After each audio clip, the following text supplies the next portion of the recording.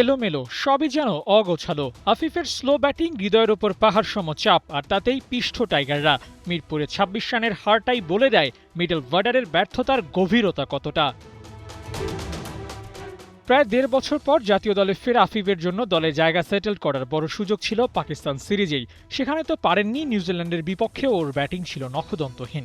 ৪৯ বলে ২৭ রানের ইনিংস খেলে মাঠ ছেড়েছেন, আর তাতে দল পড়েছে বিপদে। একই সাথে জেগেছে শঙ্কা, পরের ম্যাচ কিংবা সিরিজে আফিফ কি বাদ পড়তে যাচ্ছেন।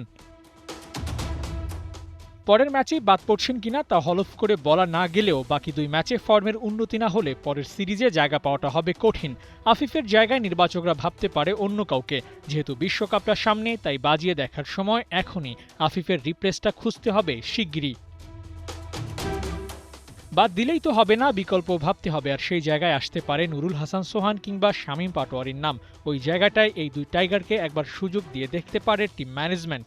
শামীম টি-20তে শেষ দিকে দারুণ ফিনিশ করেন। সেই অভ্যাসটা ওয়ানডেতে করতে পারলে আফিফের জায়গায় ভালো ফল আসতে পারে। সামনে ডিপিএল, আর নুরুল হাসান সোহান লিগটির ধারাবাহিক পারফর্মার।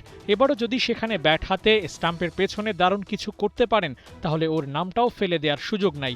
লোয়ার মিডল অর্ডারে রানের গড়ের হিসেবটা ঠিক করা হয় না, তবুও বলা ১১ ইনিংস খেলা সোহান ২৩৭ রান করেছেন ৪৫ এভারেজে। ৬-৭ নম্বরের জন্য সোহান হতে পারেন বেস্ট সলিউশন।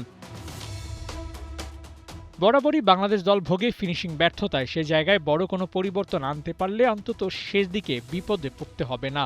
মিরাজের দলে মিডল অর্ডারের সাথে লোয়ার সাইডটা ম্যানেজ করাও এখন চ্যালেঞ্জের বিষয়। বিশ্বকাপের আগে সব ঠিক হবে তো? আবু নাইম, ৭১।